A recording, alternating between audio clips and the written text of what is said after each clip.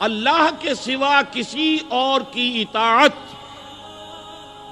جس سے اللہ کی معصیت لازم آتی ہو، شرک۔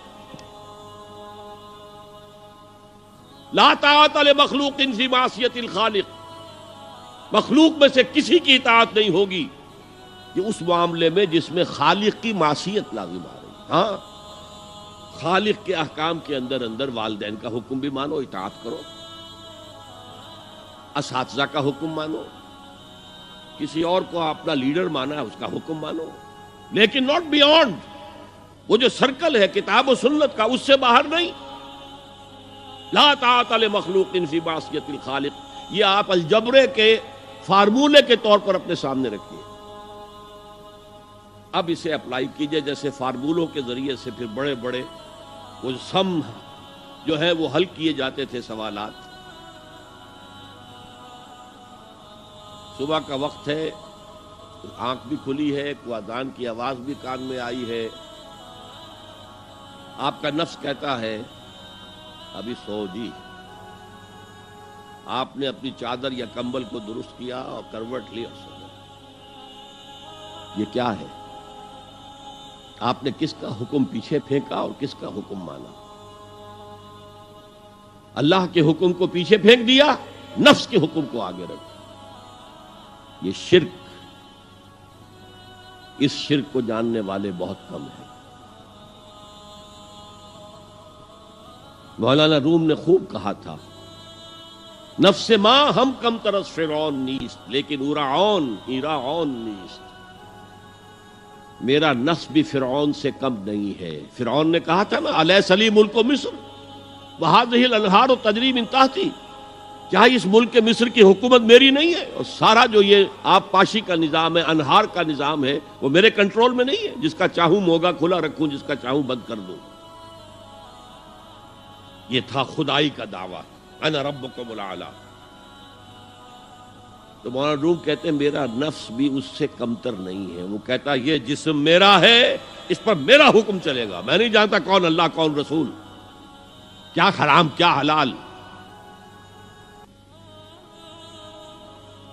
تو فرعون سے کم تو نہیں ہے میرا نفس، لیکن اورعون اس کی بہت مدد تھی، فوج تھی، لاؤ لشکر تھا، تو اس نے زبان سے بھی کہہ دیا کھل کر انا ربکم الاعلی۔ میں مسکین ہوں، غریب ہوں، میرے پاس کوئی طاقت نہیں ہے، میں زبان سے تو کچھ نہیں کہہ سکتا، اندر سے میرا نفس یہی کہتا۔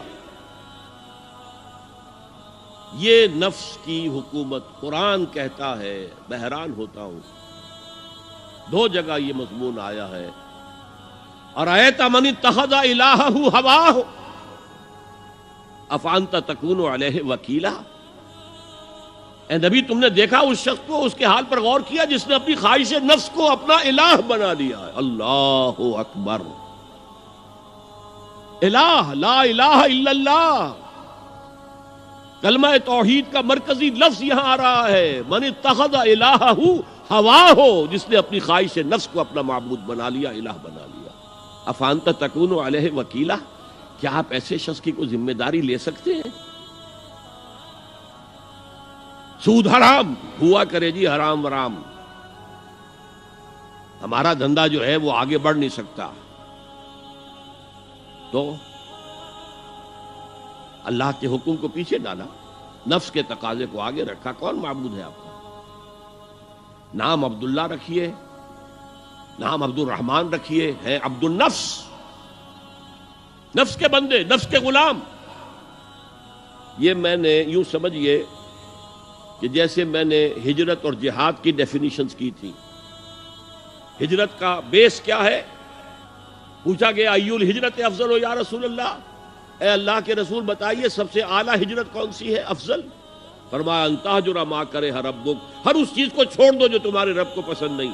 آج رات ہی سے آپ ہجرت شروع کر سکتے ہیں۔ جائزہ لیجئے کیا کیا چیزیں میری زندگی میں خلاف شریعت ہے، جو اللہ کو ناپسند ہے، فیصلہ کیجئے کہ آج کے بعد نہیں ہوگی۔ ہجرت شروع ہو گئی، افضل الہجرہ، سب سے افضل ہجرت شروع ہو گئی۔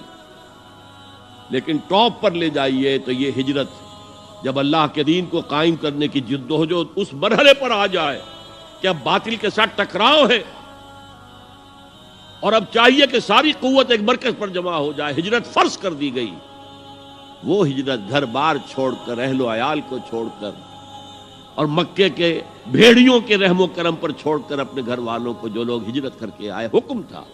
ہجرت مدینہ فرض تھی، ہجرت حبشہ فرض نہیں تھی، صرف اجازت تھی کہ جن سے سختیاں نہیں جھیلی جا رہی مزید وہ چلے جائیں۔ تو ہجرت کا یہ ابتدائی نقطہ، انتہا یہ جہاد، المجاہد من جاہد نفسہ، جہاد تو یہاں سے شروع ہو گیا، اپنے نفس کے خلاف جہاد کرنا۔